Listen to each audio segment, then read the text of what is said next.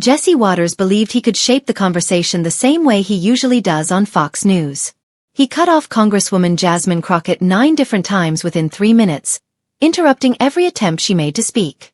But on her 10th try to complete a sentence, what happened left Waters silent and revealed him as the aggressor he often pretends not to be. Under the bright studio lights, Waters leaned forward in his chair with his familiar grin.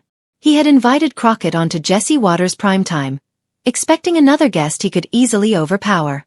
In his mind, she was simply a first-term congresswoman from Texas, while he was the primetime star of Fox News. He assumed the conversation would go his way. But Crockett sat across from him in a sharp dark blazer, calm in her posture but focused in her expression. She had prepared for the interview. She understood Waters' style well, and she came ready for the tactics she knew he would use. Before we continue with what unfolded, be sure to subscribe and tell me in the comments where you're tuning in from. You'll want to follow this carefully, because the next moment defined the entire exchange. The discussion grew tense almost immediately. Crockett began her first statement, but before she could finish even a few words, Waters cut her off. "But Congresswoman," he interrupted, speaking over her as she tried to continue. It was the same method he had used for years with many guests. But this time the strategy met strong resistance. This time he underestimated the person sitting across from him. To understand why this moment carried so much weight, it helps to know who these two individuals are and why their interaction became so significant. At 45, Jesse Waters had built his career on interrupting, undermining, and embarrassing guests on live television. He began as a producer on The O'Reilly Factor, where he practiced confrontational journalism by surprising people with pointed questions. After Bill O'Reilly left the network, Waters stepped into a larger role and brought a similar approach to his own primetime program. Critics described his method as the steamroller technique, a structured approach to stopping political opponents from completing their thoughts. He reviewed Democratic arguments extensively, preparing specific cues to interrupt them at strategic moments. His production team even used hand signals to help him time these interruptions for maximum effect. Behind the scenes, Waters was known for intense preparation. He spent long hours reviewing old clips of upcoming guests, searching for contradictions or moments he could use to challenge them on air. His research team created detailed files on nearly every Democratic figure who appeared on his show, including personal controversies and political vulnerabilities. Jesse Waters' primetime became a regular viewing choice for millions of conservative watchers who appreciated how he confronted liberal politicians and activists. His formula was predictable. Invite a Democrat, ask loaded questions, cut them off before they could respond fully, then criticize their answers for the audience. It was a familiar style of televised political confrontation, and Waters had become particularly skilled at it. He also had a pattern of challenging women of color on his show, aware that many viewers reacted strongly to those exchanges. Members of the Congressional Black Caucus often declined his invitations because they recognized the dynamic and viewed it as a setup. But Jasmine Crockett did not follow that pattern. She approached the interview differently from the start. At 43, Jasmine Crockett represented everything Jesse Waters typically tried to undermine. She was a black woman, a Democrat, and a first-term congresswoman who had already gained national attention in a short period. But unlike many politicians who struggled under media pressure, Crockett had been developing her communication skills for years. Born and raised in St. Louis, she earned her law degree and spent years working as a civil rights attorney before entering politics. She wasn't a newcomer who simply landed in Congress. She was a trained lawyer who knew how to take on difficult adversaries. In court, she had faced corporate attorneys, corrupt officials, and even biased judges. To her, Jesse Waters was just another forceful personality in a suit. What made Crockett especially effective was her preparation. She didn't walk into interviews hoping things would go smoothly. She studied the people she debated, learned their usual tactics, and arrived with facts ready to counter any misleading claim. She had watched hours of Waters' previous segments, noting the patterns he relied on, the points where he usually interrupted, and the strategies he used to redirect conversations. "Congresswoman Crockett," Waters began, using a tone of forced politeness. "You've been promoting this radical voting bill that would change the way America handles elections." He continued, "Why are you trying to make it easier for people to commit fraud?" It was a loaded accusation designed to put her on the defensive immediately. The word radical was chosen to alarm conservative viewers, while the phrase "make it easier for people to cheat" assumed wrongdoing before she had the chance to answer. This was classic Waters. Create a frame where any response could sound defensive. But Crockett already knew this would be his opening. She took a breath and began. Jesse, that's not an accurate description of the bill. What we're actually trying to do is... Congresswoman, you can't deny this bill removes voter ID requirements in many states, he cut in. Crockett stopped for a moment, her jaw tightening slightly, though she stayed composed. Behind the scenes, Waters' producer signaled a thumbs up from behind the studio glass. The interruption was timed exactly as planned, blocking her attempt to reshape the discussion. It was the Fox News strategy operating exactly as intended. If you'd let me finish, I was about to explain that the bill actually improves election security by... How does removing basic security measures improve anything? That doesn't make sense to most Americans. The pattern was already obvious. Waters wasn't interested in her explanations. He wanted control of the discussion through timed interruptions. His research team had studied the exact phrases that would signal him to jump in.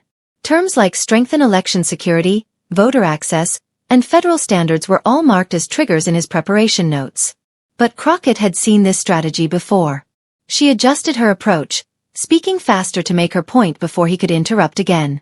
Her background as an attorney had prepared her for this. Hostile judges often relied on similar tactics. The key was to present your strongest arguments immediately. The bill creates a federal standard that ensures every eligible American can vote while still protecting the integrity. Federal standard? So now you want Washington bureaucrats running local elections.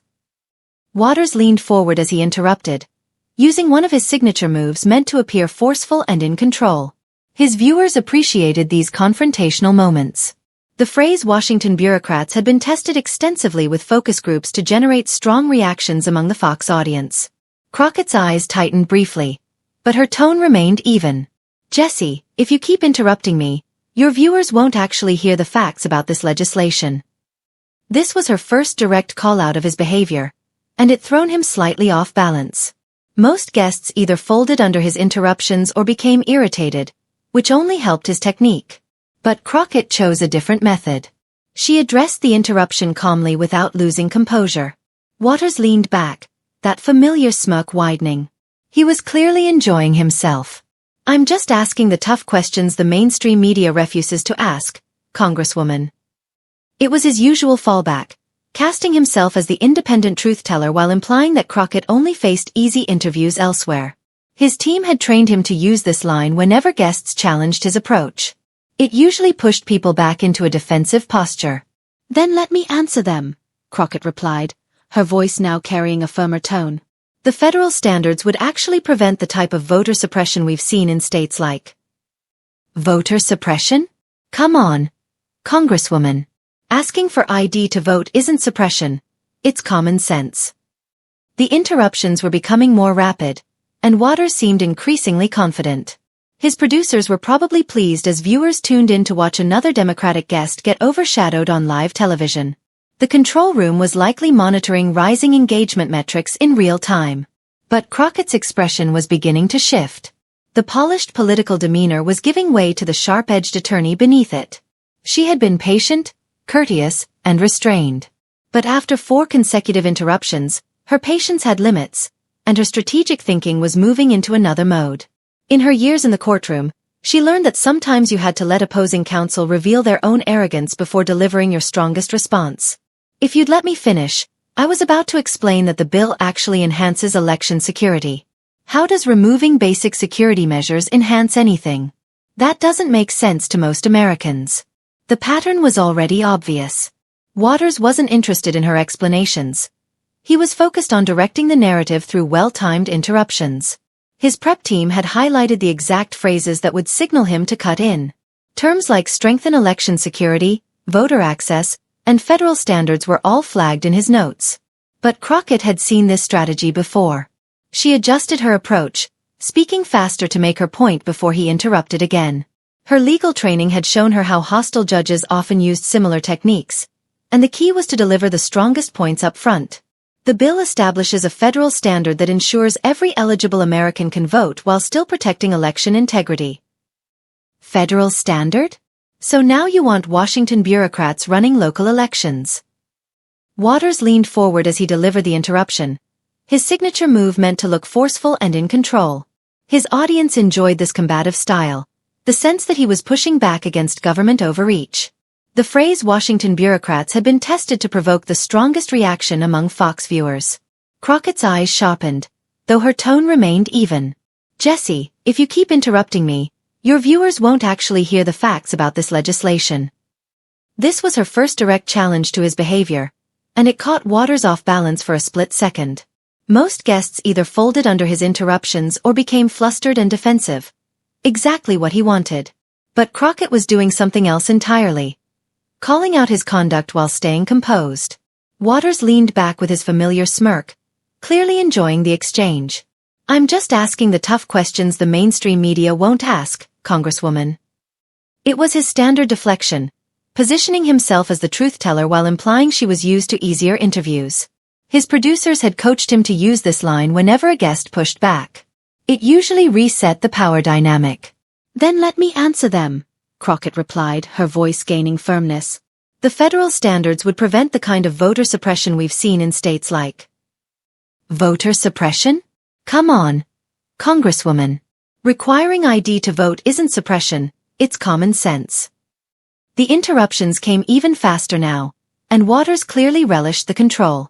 His producers were likely thrilled with the engagement as viewers tuned in to watch another Democrat get overpowered on live TV. The control room was probably buzzing as real-time social metrics spiked. But something was shifting in Crockett's demeanor. The polished political mask was fading, revealing the seasoned litigator beneath. She had been patient, professional, even reserved. But after 4 interruptions, her patience was wearing thin, and her strategic instincts were activating. In the courtroom, she had learned that sometimes you had to let the opposing counsel undermine themselves with their own overconfidence before you delivered the final argument. Even the camera crew appeared unsure, hesitating between focusing on Waters's stunned expression or Crockett's steady, controlled posture. The control room had gone still. No one issued directions because no one knew how to respond to what was unfolding. Waters's usual smirk had disappeared, replaced by something his audience had rarely seen. Real uncertainty and discomfort. He looked like someone who suddenly realized he had stepped into a situation he could no longer manage. But Crockett wasn't done. Her years of experience had prepared her for this moment. Every contentious courtroom exchange, every difficult meeting, every attempt to quiet her voice had built toward this type of confrontation. "You see, Jesse, what you just did to me mirrors exactly what Republican-led state legislatures are doing to voters across the country. They stop people before they can participate. They make it harder for voices to be heard.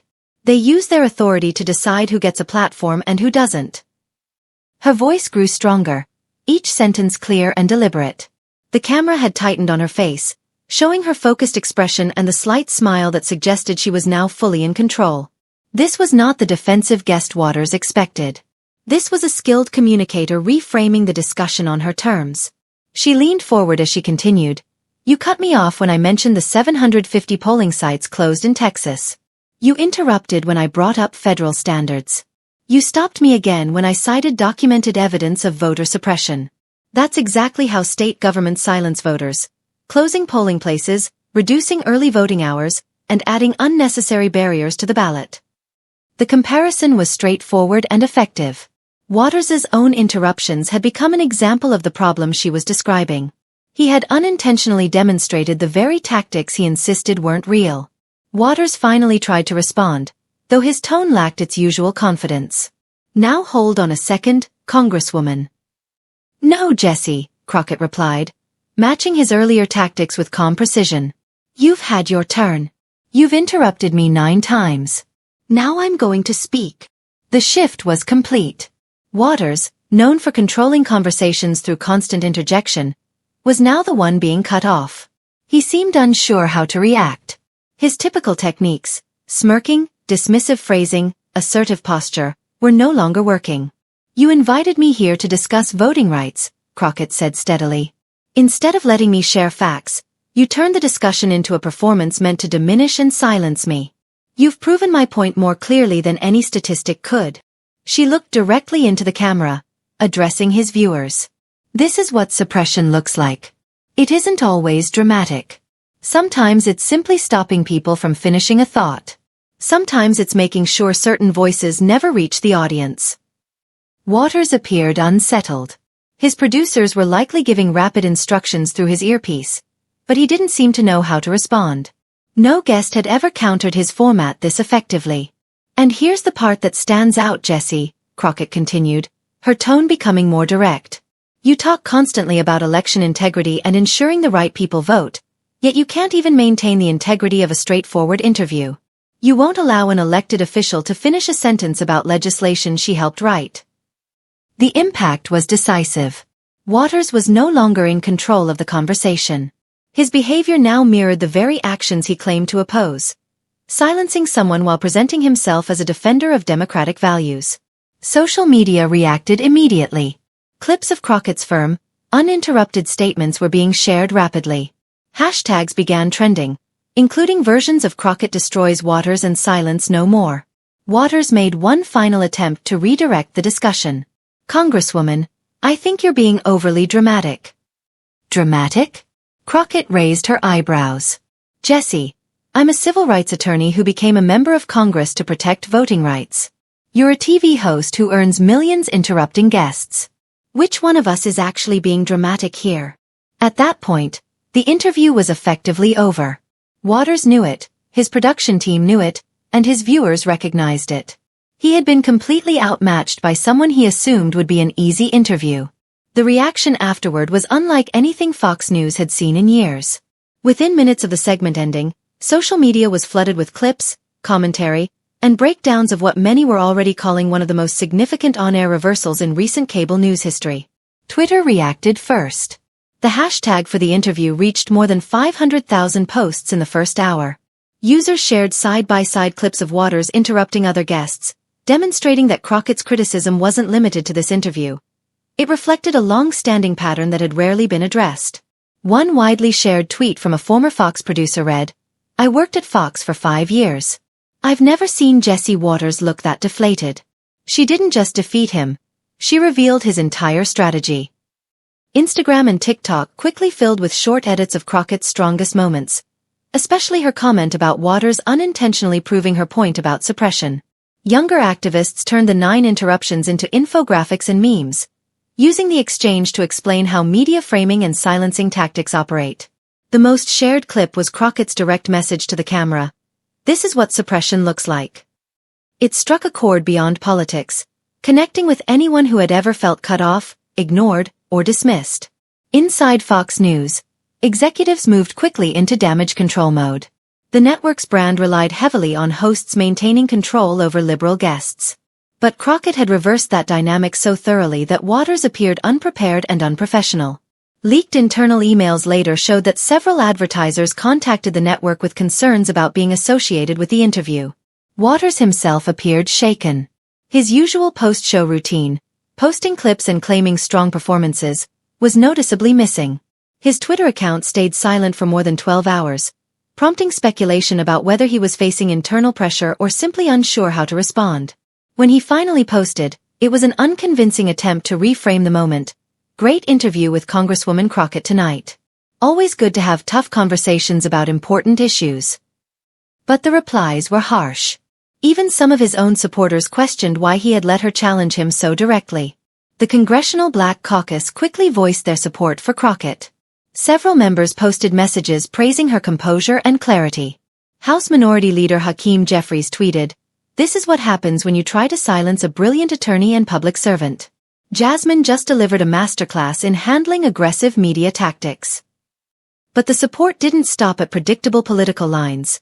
Her performance was gaining broader respect. Several Republican members of Congress privately expressed respect for Crockett's composure and skill, with one anonymous GOP representative telling reporters, "I can't stand her politics, but honestly, that was impressive. She completely outperformed him." The interview quickly became required viewing in political science and communications programs nationwide. Professors used it to teach concepts like media bias, thorough preparation, and how power dynamics operate in broadcast interviews. Georgetown University's School of Public Policy added the segment to its core curriculum, with Professor Sarah Chen noting, "This single exchange teaches students more about media framing and political messaging than full semesters of theory." Harvard's Kennedy School of Government introduced a seminar titled The Crockett Method, using hostile media as a teaching moment. The course became so popular that enrollment was capped, and hundreds of students ended up on waiting lists.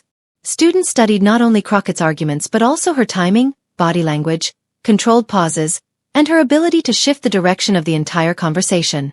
Law schools began incorporating the exchange into trial advocacy coursework, demonstrating how Crockett's courtroom training translated directly into media appearances. Students learned how to identify when an opponent is damaging their own credibility and how to leverage those moments effectively. Other networks quickly commented on Fox News and Waters specifically.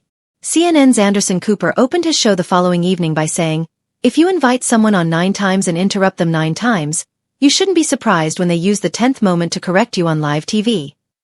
MSNBC's Rachel Maddow dedicated a full segment to breaking down the interview, emphasizing how Crockett used Waters' own conduct to highlight her broader argument about suppression and silencing tactics.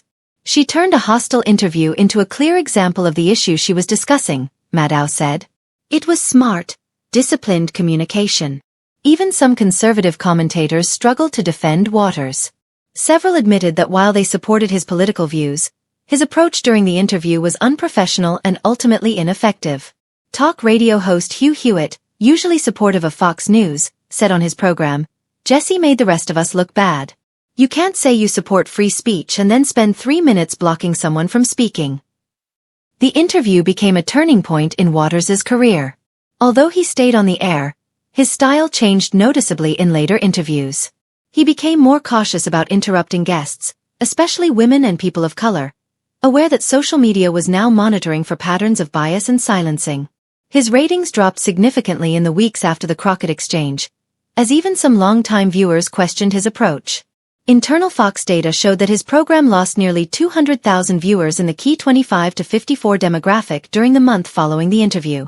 Several potential guests soon began turning down invitations to appear on his show, with many pointing to the Crockett interview as proof that Waters was not interested in sincere or fair conversations. This created a booking problem for his producers, who now struggled to find credible Democratic guests willing to participate in what was increasingly viewed as a biased setup. For Crockett, the interview became a defining milestone that elevated her from a freshman congresswoman to a nationally recognized political voice. Speaking invitations poured in from across the country, with Democratic groups eager to have her represent their issues. Her fundraising surged overnight, with small-dollar donations flowing in from supporters who had seen her stand up to Waters. In the 48 hours following the interview, she raised more than $2.3 million, surpassing her entire previous quarter in just 2 days. Media training organizations began using clips of Crockett's performance to teach politicians how to manage adversarial interviews. Her method of turning an interviewer's tactics into an educational moment quickly became known among Democratic communication strategists as the Crockett Method. Beyond politics, the exchange sparked wider conversations about interrupting guests, respect, and power dynamics in both workplaces and personal relationships. The hashtag Let Her Speak expanded into a broader movement encouraging people to call out silencing and interruption in their own environments.